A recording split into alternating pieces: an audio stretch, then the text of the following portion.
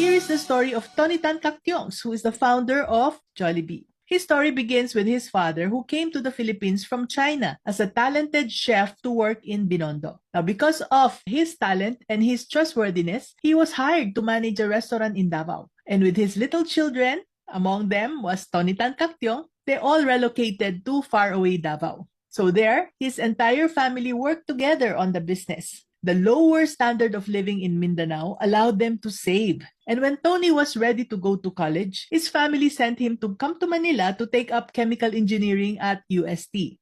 With his exposure to running a restaurant and the money that his family had saved, Tony, who was still a student, saw the opportunity to be a franchisee for 2 ice cream houses of Magnolia. So his family moved back to Manila to run those 2 ice cream houses. And later, aside from ice cream, they saw the demand for burgers and fries. And the ice cream house expanded its menu, and because the burgers and fries were eventually selling more, they dropped the ice cream from the menu and just focused on selling burgers and fries. His Magnolia stores were rebranded as Jollibee, where Jolly means happy and B represents being hardworking.